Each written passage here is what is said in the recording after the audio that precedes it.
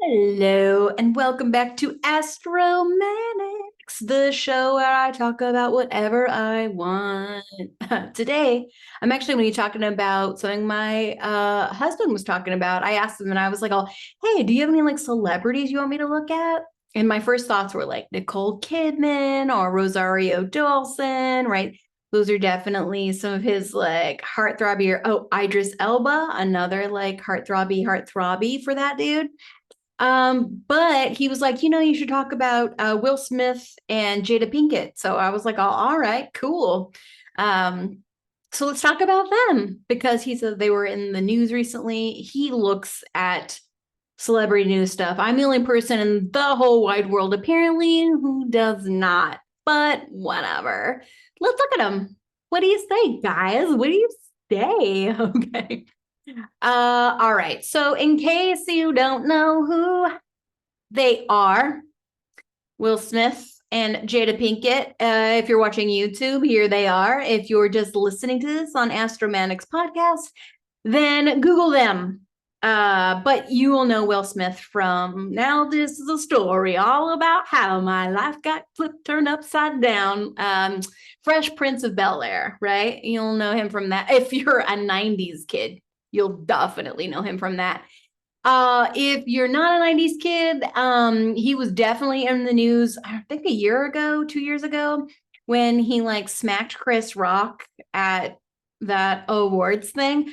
I remember Mary texting me and being like, oh my God, Will Smith just punched Chris Rock. And I was like, oh, the fuck? And then, I looked it up and then everyone had opinions about like, because he smacked him over Chris Rock making a joke that I know Chris Rock didn't intentionally mean to do, but he definitely made a joke about alopecia, which is the which is it a disease? It is I don't know what kind it is, but I know it makes it to where you have hair loss and things like that. And I know Jada Pinkett Smith herself has that. So I know that the smack was something over that, right? Like get my wife's name out your mouth kind of a deal. So you might remember Will Smith from that. In general, he plays pretty great characters. Usually if Will Smith is in something, I want to see it because I like the characters he usually chooses to play. Jada Pinkett Smith, I know her mostly. I mean, I haven't watched a full episode, but I know she hosted a show called, I think it was the Red Table. Red Table. It's where she and her daughter and like other women would come together and sort of talk about issues and things like that, which respect. I kind of love that. She's also in other movies. I think of the movie that comes to my mind immediately is The Matrix. The like second or third one. I don't know. But she's in that series as well, right? She's a captain, which is rad. I like her as a person in general, like I think she seems like somebody who I would want to talk to and like she would drop wisdom bombs on me, and I would be like, oh, damn, thanks for saying that, Jada. So let's look at their charts. Jeff, my husband, had mentioned that they were in a breakup, maybe, or a split up.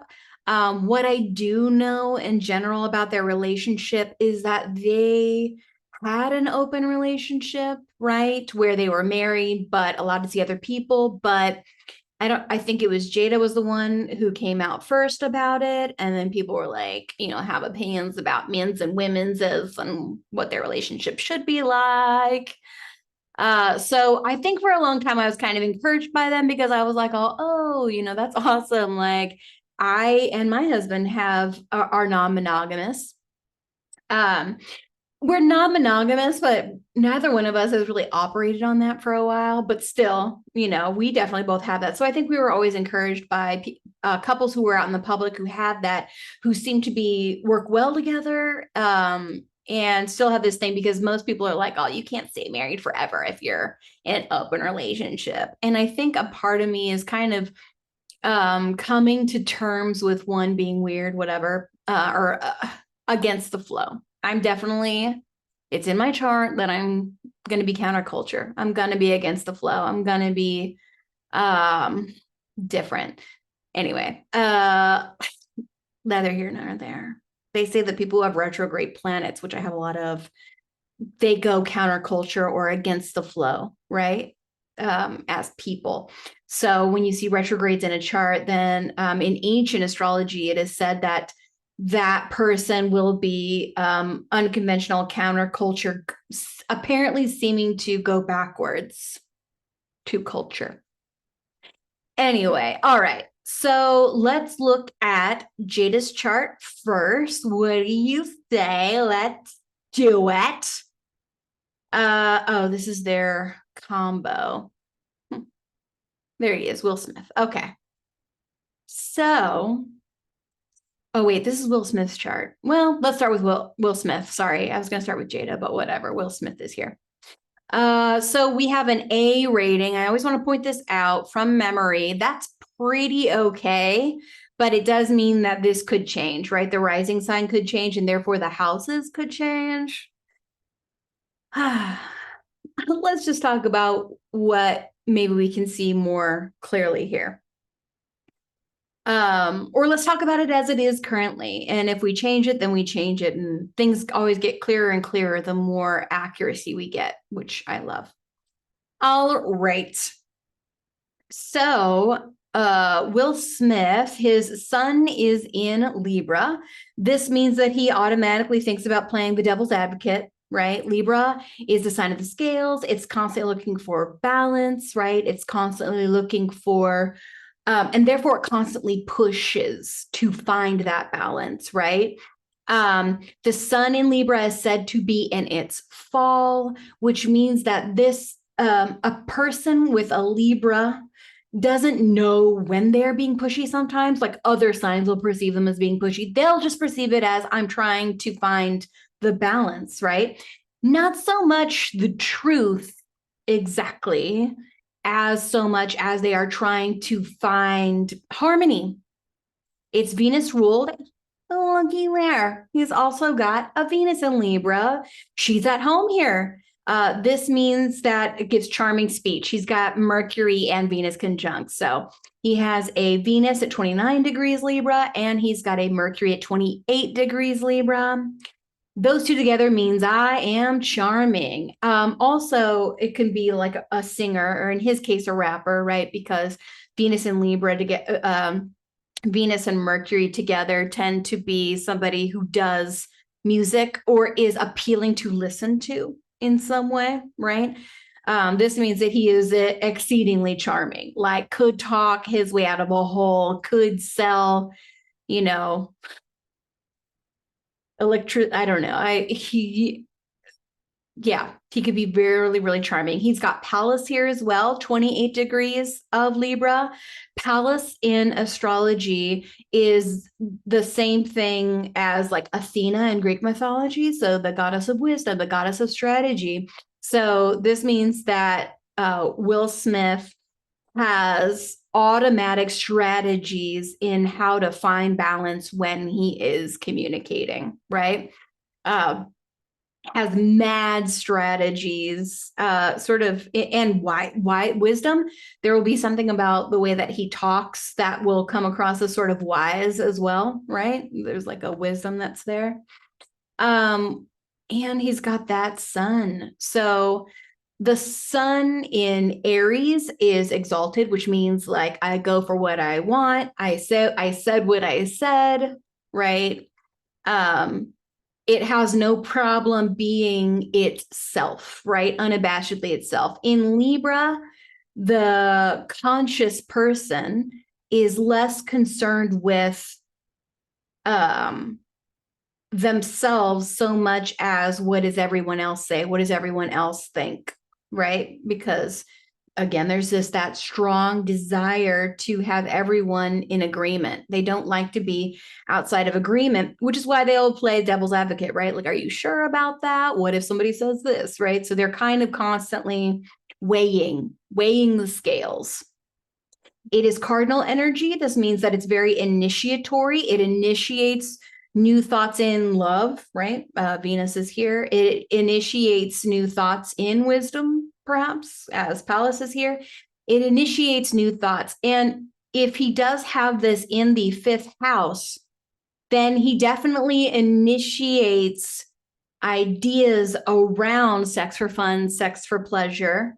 Um, it makes me wonder how straight he is, right? It makes me wonder if he's ever been attracted to men, because I have noticed that people who have a lot of Libra in their chart tend to be less straightforward, right? There's more of a spectrum field because it's looking for balance. Like, for example, no, I'm not attracted to men, but I do see, a trans person over there, damn, right? Or I do see this, maybe a drag queen, right? And I see somebody dressed in a way that, yes, they have a penis, but then also I'm attracted to them. Or there's a spectrum. It could be anywhere on there, right? Those are just the things that come to my mind. Those are the things that come to my mind if I imagine being a young Libra and you being raised in a culture that's very heteronormative, and then your first inclinations that maybe you're not exactly super, super straight is, I find people outside my norm attractive. That's kind of, or outside my culture's told norm is attractive. Anyway, those were just sort of like some thoughts there. He has a night chart, which means that the moon becomes his sect light. This means that he might identify with more Scorpio vibes than even Libra vibes, right? Of course, that Libra will shine through because he's got the Venus, the Mercury, right? He's got personal planets there. So there's energy there. We will see the Libra, right? So the moon in Scorpio, the moon again here, as his sun is in detriment or depression, so is his moon, right? The moon, this means that he might have a hard time feeling his body, or if somebody asks him to smell something, he might be like, what? Like, what's the deal? The Venus in Libra, though, might have a better idea because she cares about pleasure and therefore smells and fragrances and things like that. But the moon has a harder time telling. I wonder what his relationship is like with his mother or his father, because a sun in Libra, they don't tend to have the best relationships with their father, and then a moon in Scorpio don't tend to have the best relationships with their moms. And he also has a Saturn in Aries, which is another depression, another fall Saturn. So again, then that can be like a signifier of a father. So may not have had the best relationship with father there. Just saying.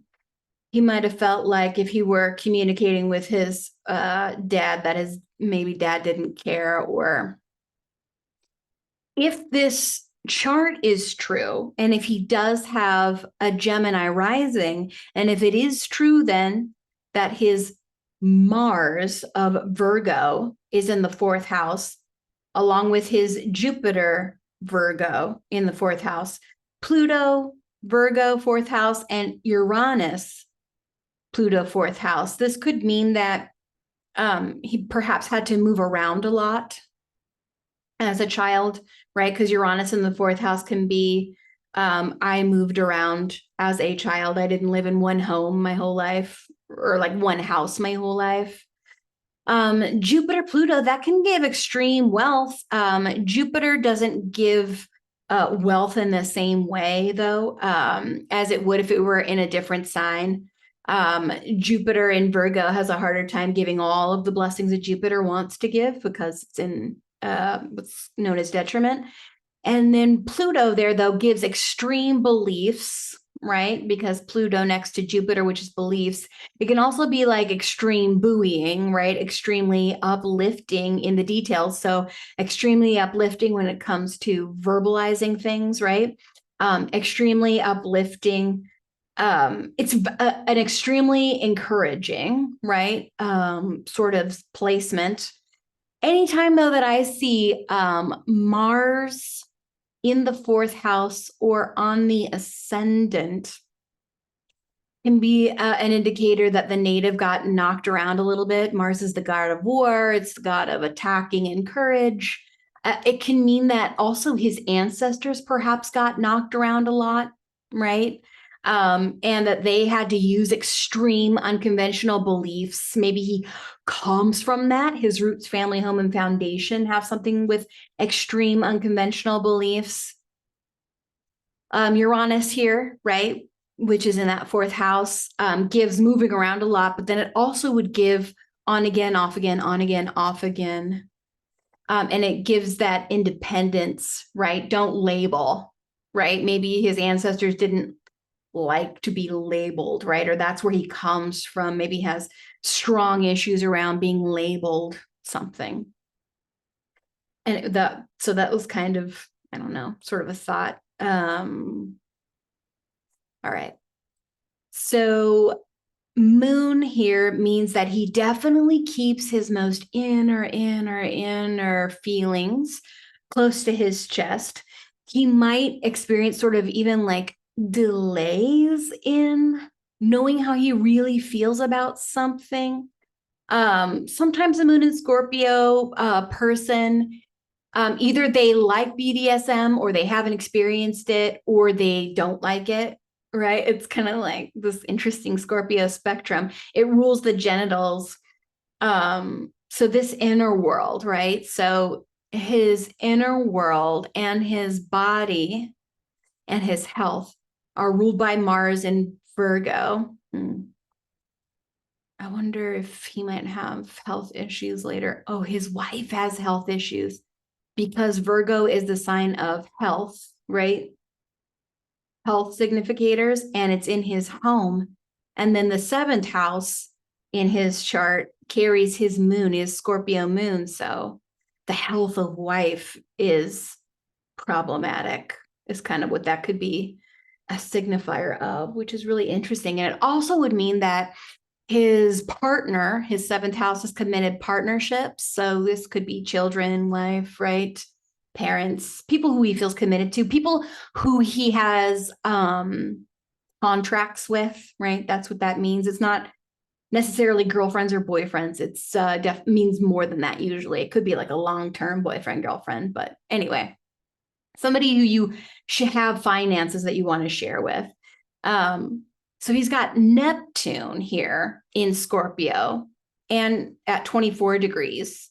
And he's got his moon 21 degrees Scorpio. He's got Siri at 19 degrees Scorpio. So that means that the way that he nurtures is through being present when someone is sharing vulnerable information. Scorpio loves the deep truths. They themselves don't necessarily want to share it. They will withhold, right? Because they have to feel really safe, really secure with you to share with you their actual feelings about things. But can definitely be present for someone when they are going through like a strong, difficult, vulnerable moment. They're really great at sort of being a witness to major transformations. And Will Smith will be a major witness to his committed partner's transformations, sexual transformations, perhaps. Neptune gives sort of a transcendence. Okay, so he has a moon and Neptune conjunct, right? They're together. So his Neptune 24 Scorpio, his moon 21 Scorpio. When natives have a Neptune moon conjunction in their chart, it is said that the native has sort of a difficult time differentiating themselves from their mother, right? They don't know how to make their mother happy, or they feel like they're perhaps not heard fully by their mother. And in the sign of Scorpio, this could be some fears around mom, right? But yeah, it's like they don't know where they end and their mother begins. I don't know if his mother, if he lost his mother, I don't really know. There's a sextile to Jupiter and to Pluto. Okay, so when we have a sextile, that means that there's harmony or friendship. If that Jupiter were in a better place, right? The Jupiter isn't in an easy place for Jupiter to be in. And if it weren't next to that Pluto, which gives a darkness, so Pluto gives sort of Scorpio vibes with it. It extremifies whatever it's touching. So this could definitely be like in harmony with sort of extreme dark beliefs of Mother, perhaps. But there's a friendship there, so it might not occur to Will Smith that he might have to go through sort of therapy or processes to really figure out how deep that hole goes, how deep that hurt maybe goes. Because Jupiter wants to buoy, be like, oh, it's not as bad as all that, and in an extreme way. And then Neptune goes, but it's all the same anyway, right? There's a transcendence, there's a magnetism, a glamour that comes with Neptune. And it being there, he'll definitely have a glamour around his personality, right? His inner world. Even though he may not describe it verbally, we will see it on him, so to speak. Like how it comes across to him.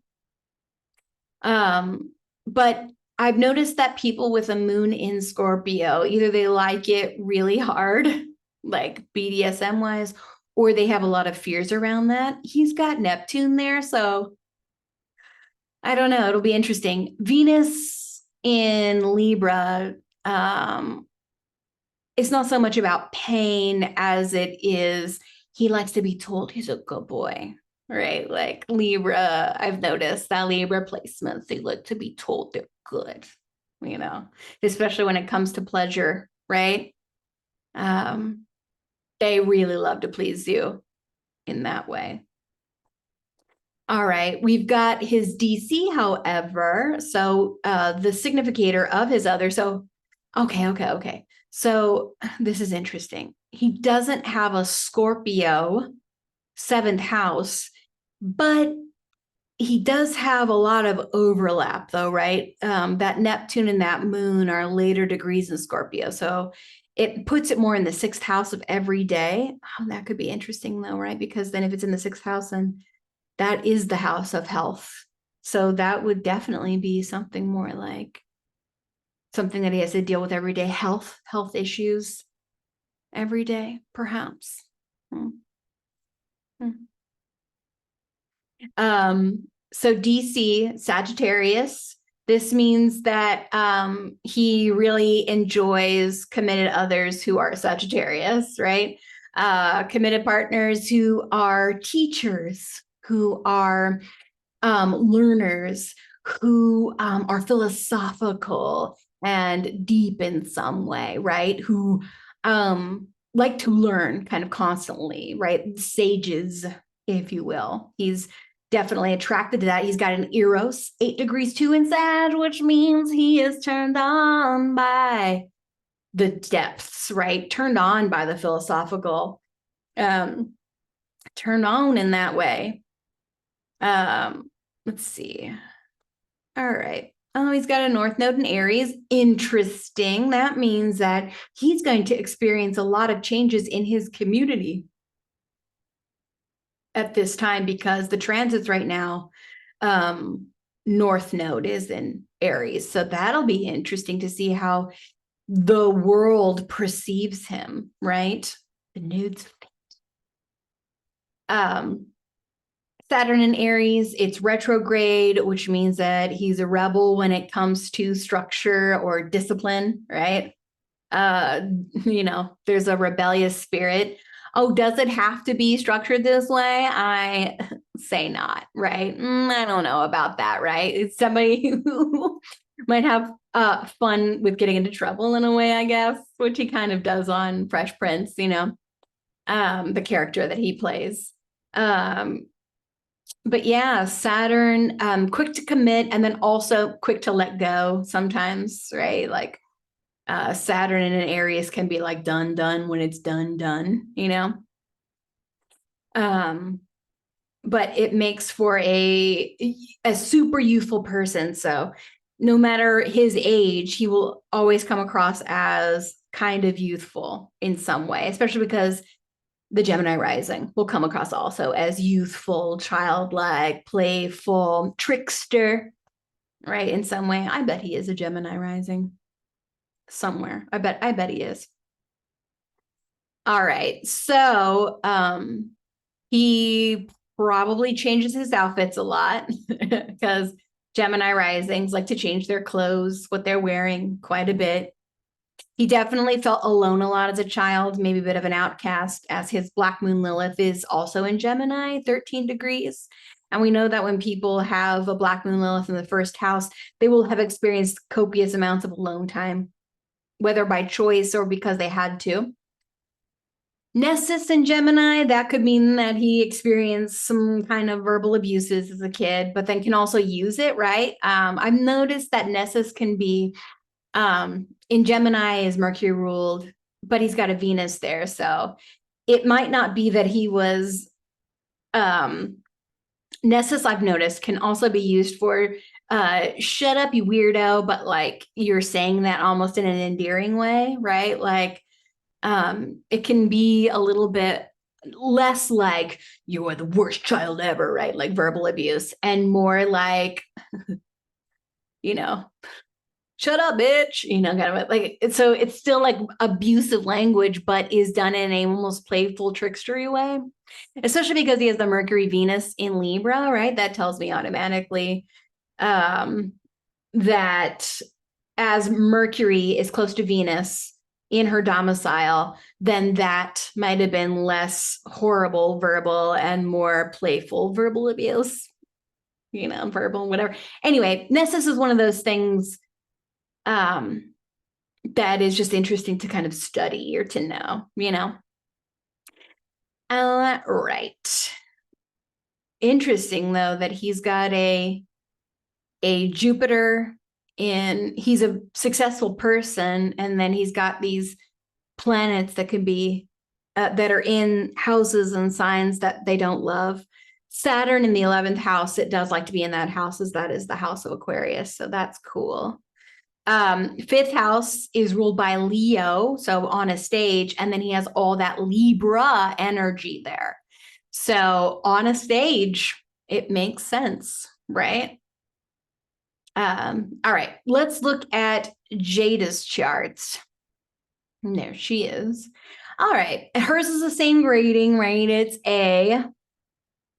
So her AC shows us that she's an AC a Sagittarius rising, 3 degrees. Now, if this is off, it could switch the houses and she might not be a Sag rising, although she does have Jupiter and Neptune together. Okay, so that's interesting.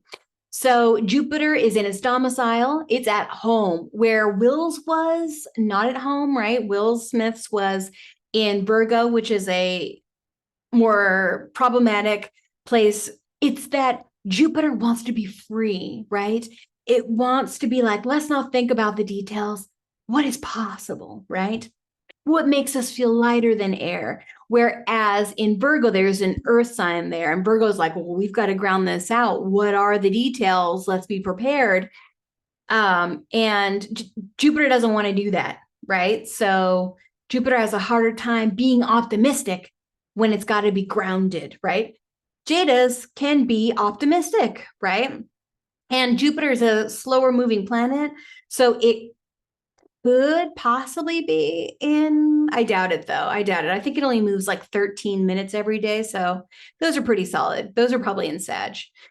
And she comes across as a Sag person to me, right? The red table. What is she doing? She is teaching, right? She is bringing people together, asking their thoughts, asking them their, what are your philosophical views, right? Neptune, how do you transcend? Right? Neptune in Sagittarius, I have this as well. Mine's a later degree though. But yeah, that means her beliefs and her transcendence are the same thing, right? She will see beliefs in across multicultural it doesn't matter the culture, the roots of the beliefs are still the same, right? It doesn't matter what you practice religiously. To her, it's like, what's the root? The root is what uplifts. The root is what exonerates, what uplifts others, right? The root is, love, right? In a way. Oh, and she has a Venus also there. She has a Venus in Libra in its domicile. So she definitely then looks for, and it's in her, okay, 12th house. All right. You might want to follow us on YouTube if you're listening to this because the chart is right in front of me. So I just kind of bounce around. So her Sagittarius energy is close to her, right?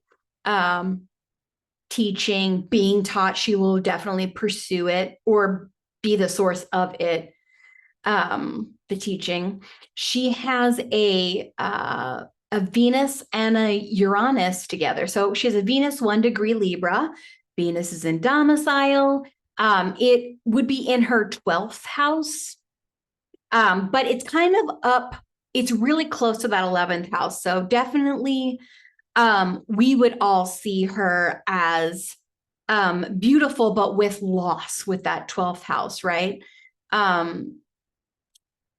So the 12th house has Pisces vibes to it, and it has Jupiter vibes to it as well. And so she's got a Venus domicile Libra in a Pisces 12th house where Venus is exalted.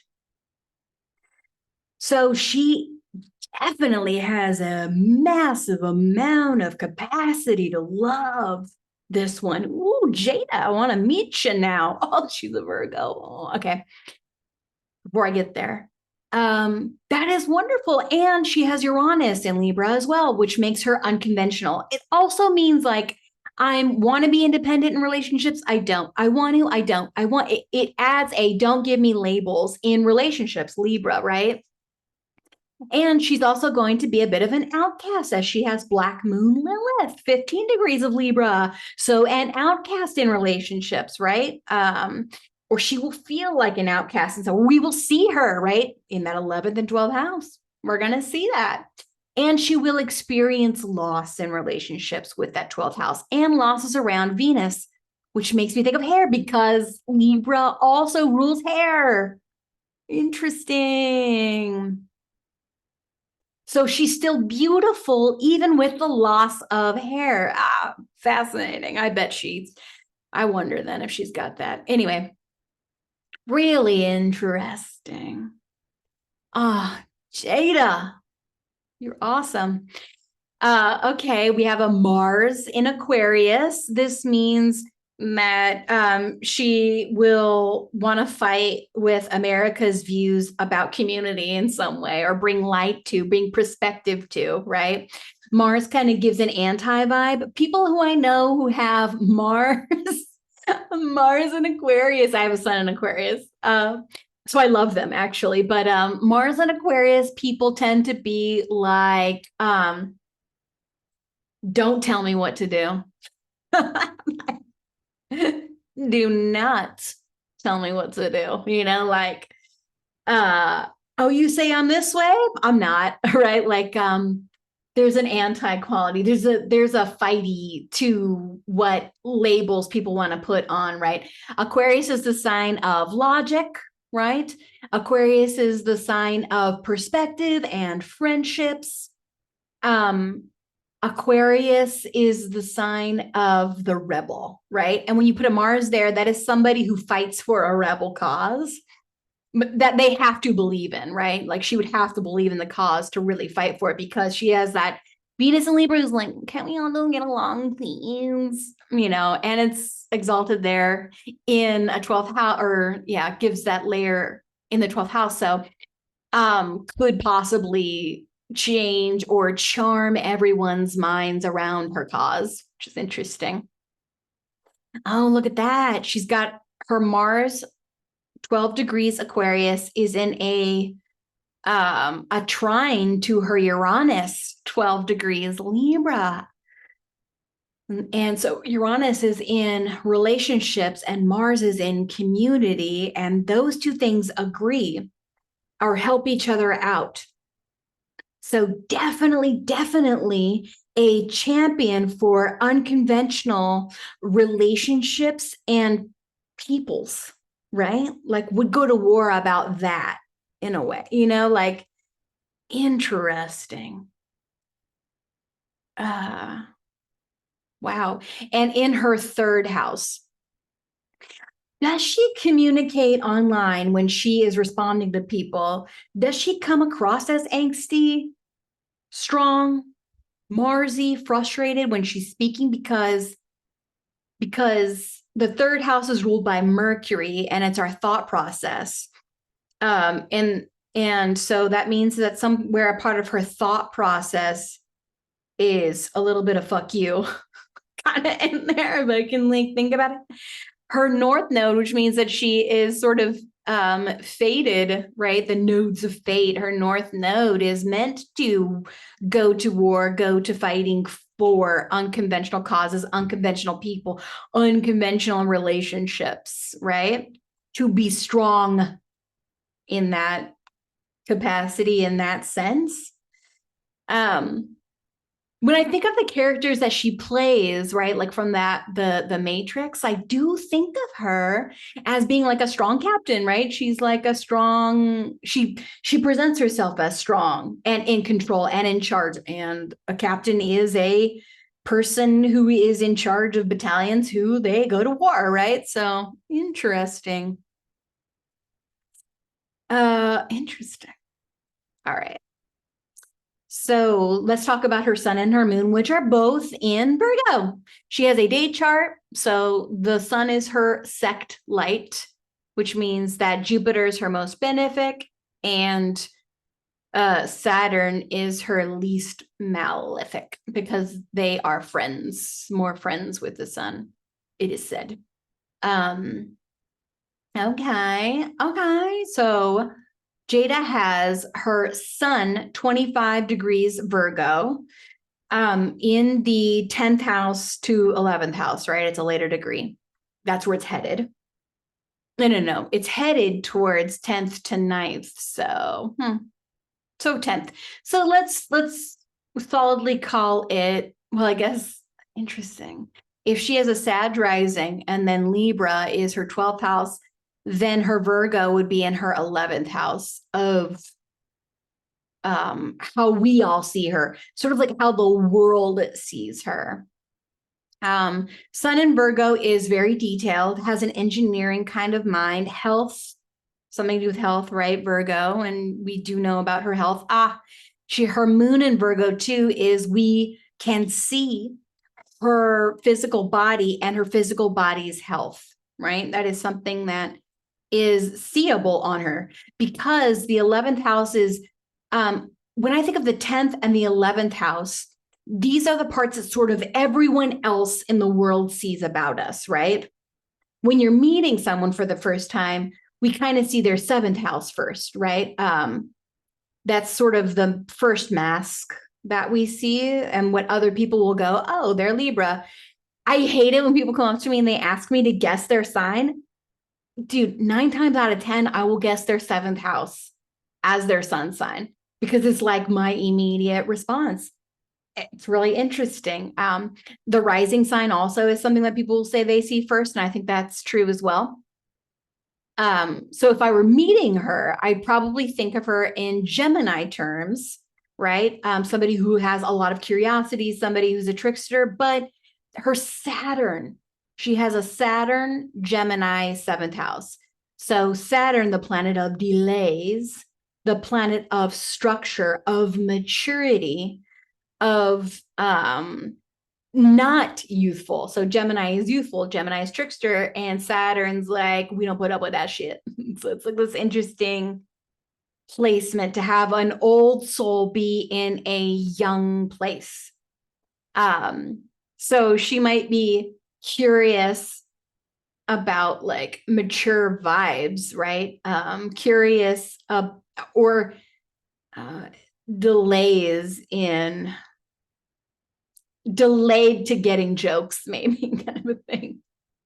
But it definitely gives like, even though you're youthful, a maturity about it. But also, as in Aries, so we saw Will Smith's chart, who has that Saturn in Aries, and there Saturn's in its fall, right? Saturn wants to be mature and old, and Aries is the sign of child, ego, newness. Saturn is not new, it's old. So the next sign up, Gemini, is where hers is, right? So she's got that Saturn. So she would definitely want to perhaps restrict. It also means that when she she does take commitment seriously, but she's dualistic about it, right? So Gemini is a sign of the twins. And twins grew up in the womb, but have two separate minds, right? But so in Gemini, that's why people were like, oh, Geminis are backstabbers. And it's not, it's just that they're dualistic. They can see this and see how it's the same or together, or don't care if it's the same or together. They can put them together because it's mutable air. They're curious. They're trying to find, right? Interesting. Is she a writer? She has a exalted Mercury here. Well, now that helps with that Saturn, because Mercury is the ruler of Gemini, and she's got old conversation, mature conversation, but with youthful. Oh, maybe she tries to bridge the gap between old and young, which she kind of does, I guess, in the does she write though? So people who have Mercury's in Virgo tend to be writers or authors. So she's a Mercury 9 degrees Virgo. That actually means, when I think of like decans and bound lords, oh my God, I'm not going to go into that now, but that means she has kind of like a Mercury on Mercury on Mercury. This is an excellent communicator here. This is a person who prides themselves on communication, clear, grounded communication, right? Solid. Juno, so communicating with maidens, communicating with about betrayal. We'll definitely have to communicate about betrayal. Juno can represent where we naturally experience betrayal in our lives. So she'll naturally experience in her 10th house her legacy. Something about her legacy will include maybe having to talk about feeling betrayed. Something about her legacy will include talking about her body, her health, her emotions, and the details of them. Something about her legacy, she will share her consciousness, right? We'll have an easier time sharing her consciousness because that Mercury is not combust. The sun is at 25 degrees Virgo and her Mercury is at 9 degrees Virgo. Those are apart. So Mercury is not combust. It's able to do its thing there, if you will. Interesting. She has Eros, which is the asteroid of eroticism, the asteroid of erotic love, is conjunct her sun, which means that she has there's an eroticism to her consciousness, right? Erotic things will be something that she will perhaps also speak about. And then she's got Pluto, 29 degrees Virgo. This extremifies everything that we just talked about. It is also said that when planets are at like 28, 29 degrees of Virgo, the sign of health, that person can experience poor health or health issues, health problems.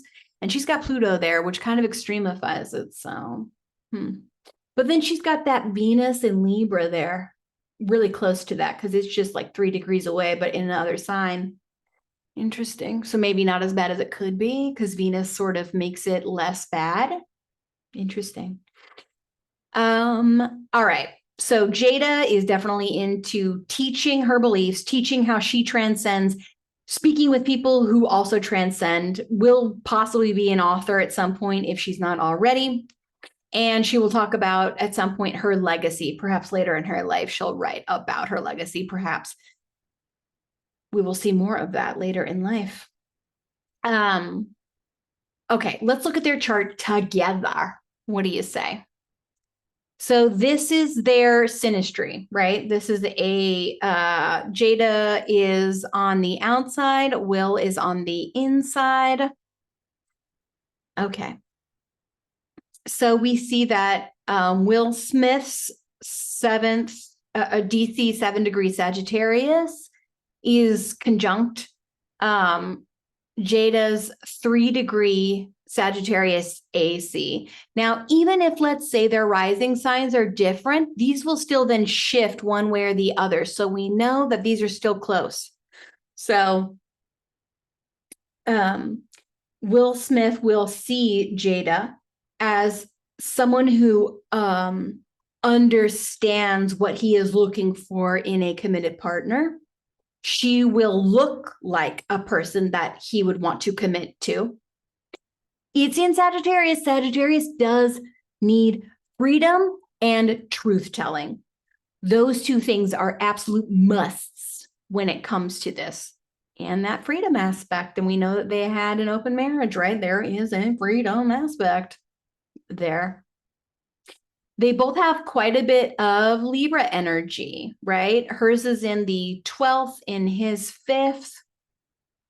So she will come across as beautiful, unconventional, and mystical to him in some way. Elevated. He will appreciate her elevated way of coming. He will also, 12th house is the house of loss. So 5th house is the house of pleasure.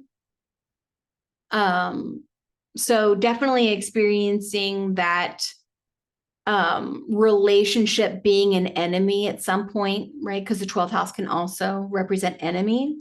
Now I don't think it will ever be as bad, right? Because they both have Libra Venuses. This means that always there will be some kind of harmony between the two of them. I mean, no matter how bad it gets, there will always be some sort of harm. They will find a way to work it out unconventionally as outcasts together, right? So that is beautiful. We see, yeah, his sun is at 3 degrees Libra, conjunct her 1 degree Venus. That means that he feels consciously loved by her, right? And that is beautiful, right? Like, and then a Uranus kind of goes come what may in her world. That's kind of, that's pretty beautiful there. We've got her Pluto, 29 degrees Virgo, conjunct his Uranus, 29 degrees Virgo. That extremifies unconventional. It extremifies his home, because if that Uranus is in his 4th house, then extreme unconventional roots, family, home, right? Something about that will be connected. And that would be her legacy, right? That's her 10th house. So something about her career is going to shake up his labels and sort of his private life labels, because 4th house is kind of private life. So that's interesting. His Jupiter at 20 degrees Virgo is conjunct her sun, 25 degrees Virgo. That is a sort of classic husband-wife conjunction. You'll find that a lot.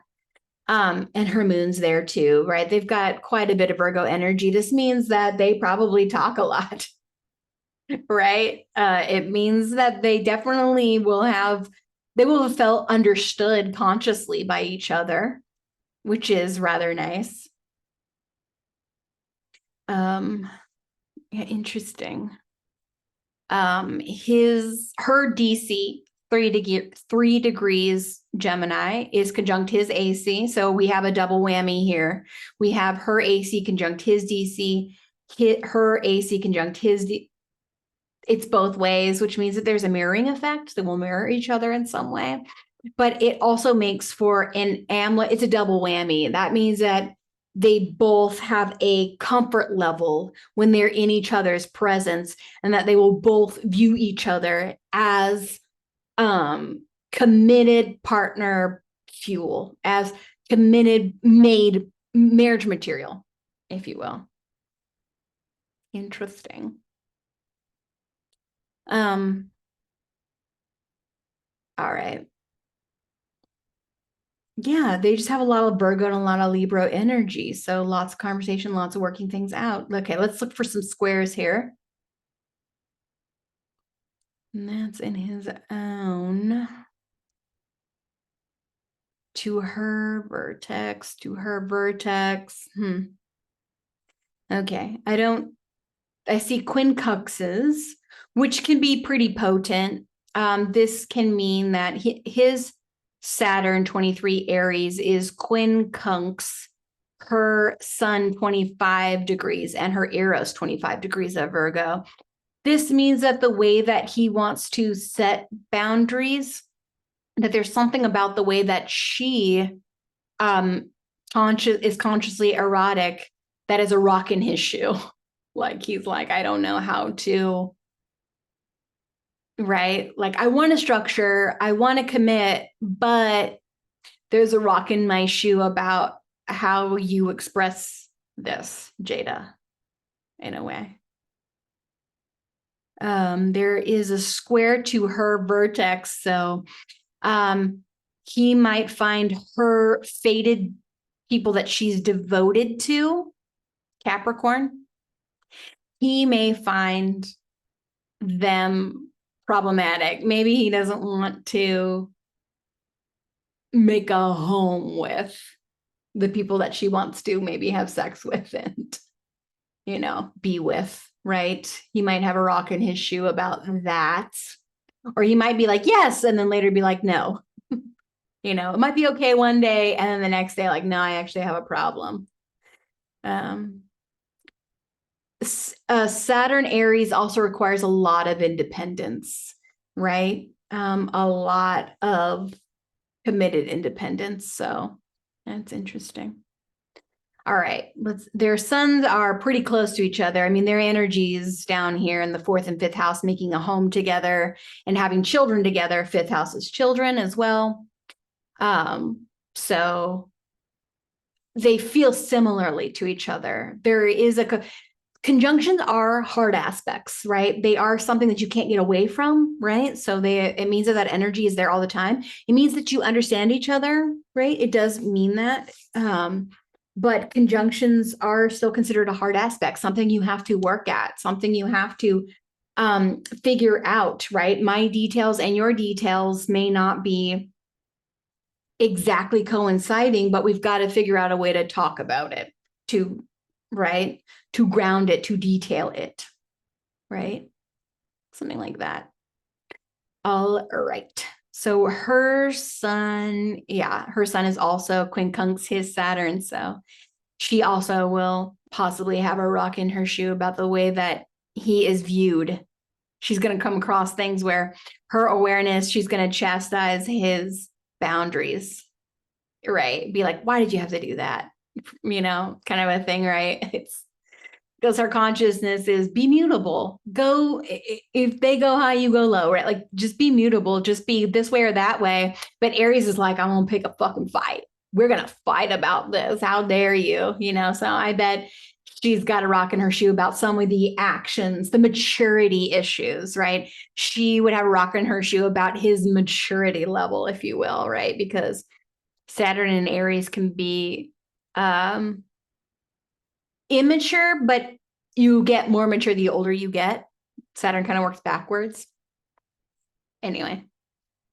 All right, so there is that. Let's look at that Mars, though. I wanted to see if her Mars, I always look for the problems or whatever. I'm like, especially right now, if they are in a split, it makes me wonder, like, is that a thing?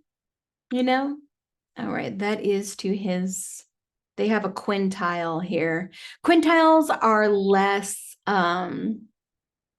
they're more like irritations. If they're exact or like really close, then they can be like majorly problematic, but huh. Okay, her Mars is in a trine friendship with his the way he feels like an outcast. So the way that she fights for people, the way that she come across as strong will kind of make him feel better, right? Make his ego feel better, if you will, right? Because she would stand up for him. Yeah.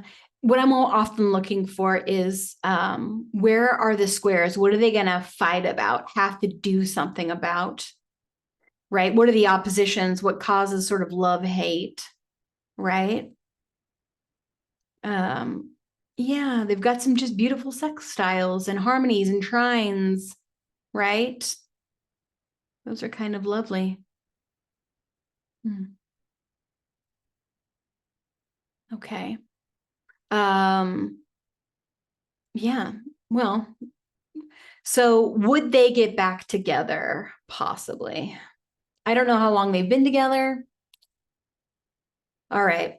So I'm now looking at their composite chart. This is said to be what the relationship itself is going to be like, or the course that it will take.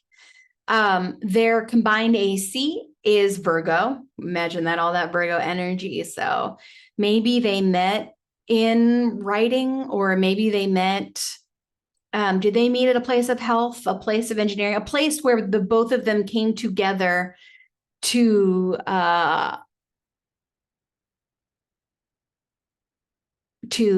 talk, right? Communication, something to do with grounded communication, something to do with health, right? All those significators of Virgo. I think of botany. Were they in a botany class together? Just kidding. I know something like that. But Virgo is Mercury, verbal.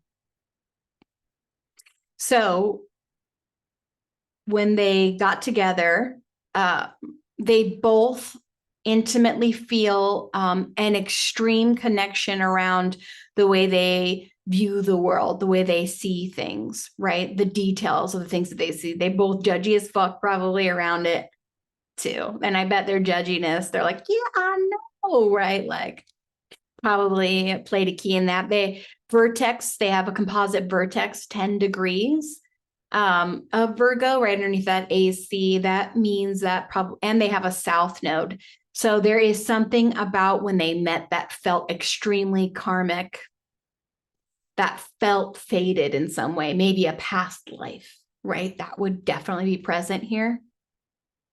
Their second house of values, they value good so they have Mercury 3 degrees Libra, Uranus 6 degrees Libra, Juno betrayal 12 degrees Libra, Venus 15 degrees Libra, Moon 18 degrees Libra, and Jupiter 25 degrees Libra. They would have been seen as and they would have seen themselves as a positive relationship resource, right?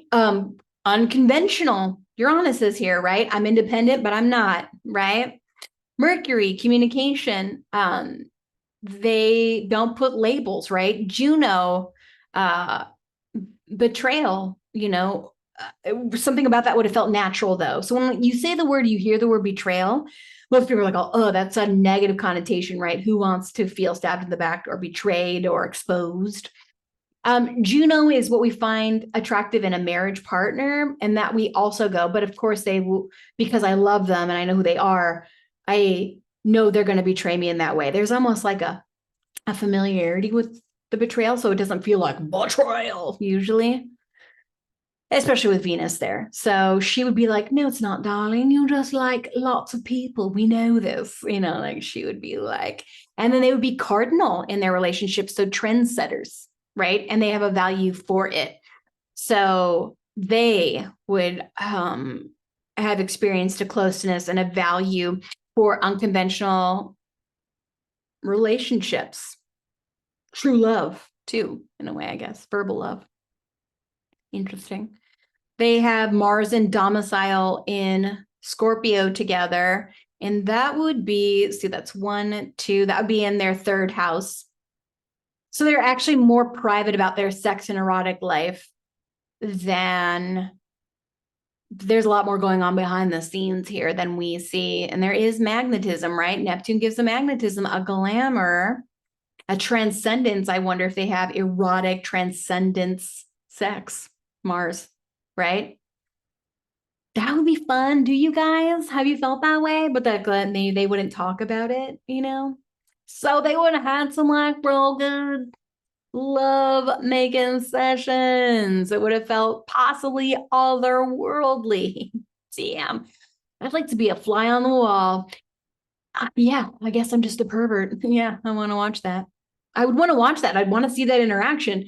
When I'm looking at this interaction, and it's in the third house where like Mercury rules. So the emotion and the connectedness and the maybe bodily vulnerability there would be really interesting. And then Venus is in her domicile of Libra. So there would be a kismet, right? There would be a holy shit, right? There would be a really interesting. It'd be interesting to know what that would be like, but you know, so coming together, that's first year. So the first year is verbalizing, knowing the details, getting to know you, but I feel an extreme closeness. Second year would be like, oh shit, we are goals. We are relationship fucking goals, right? Third year would be like transcendent, sexual, right. Scorpio rules the genitals, maybe a bit of severing. I don't know when they started experimenting with being with other people, but they would see it as the same. Interesting. Fourth house, fourth year is Sagittarius, so they make their home in the philosophical. She will bring her very philosophical views to their home, right? Fifth year is Capricorn. That is goals. Fifth year would be super goal oriented. What do we want to achieve? Where are we going with this? Power couple vibes. Sixth would be Aquarius, unconventional. Seventh would be Pisces. That's very watery. They might have felt, you know, heroes, like heroes or victims, right? Sort of vertex is here too, anti-vertex. So I wonder if somebody met or had some kind of fated experience with another person that felt karmic. I wonder.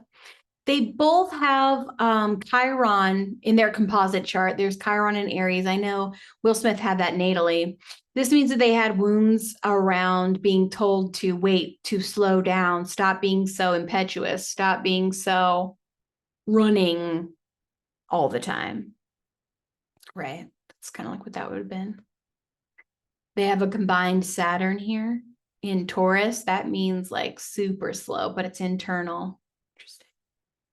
So will they come back together? I don't know how long they've been together, but see how this is 12th, the 12th house. This starts in again about at year 13.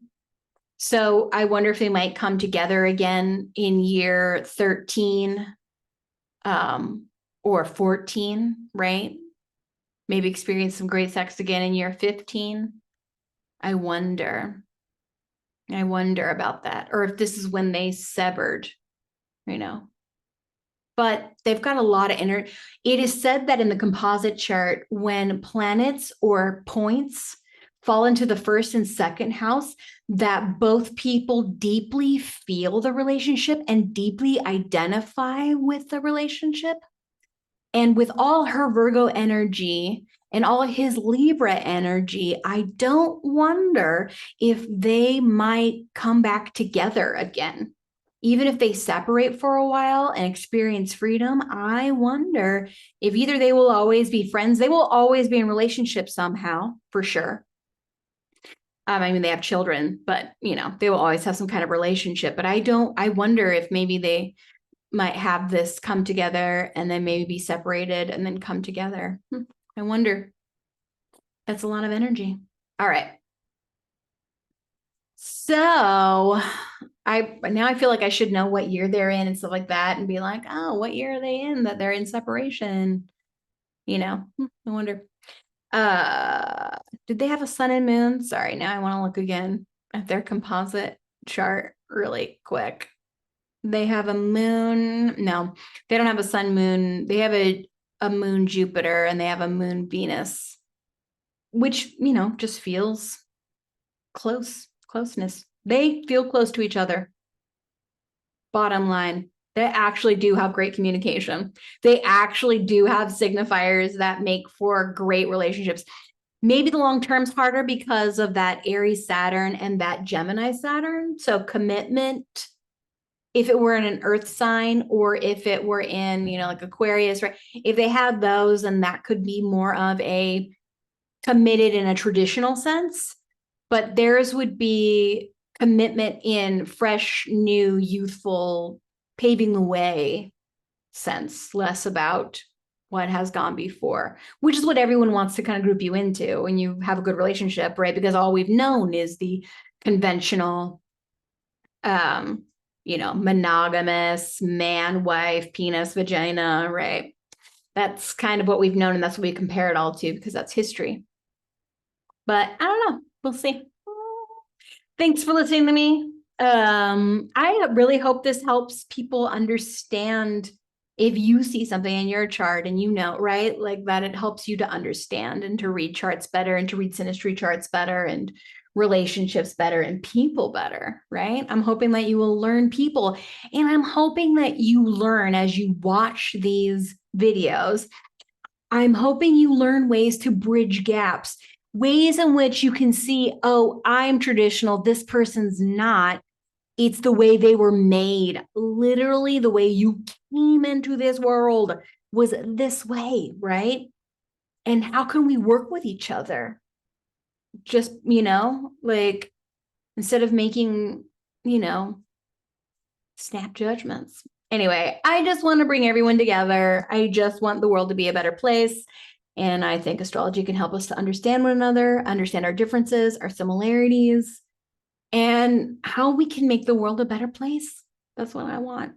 That's what I want. Okay. I will talk to you all later. Bye-bye.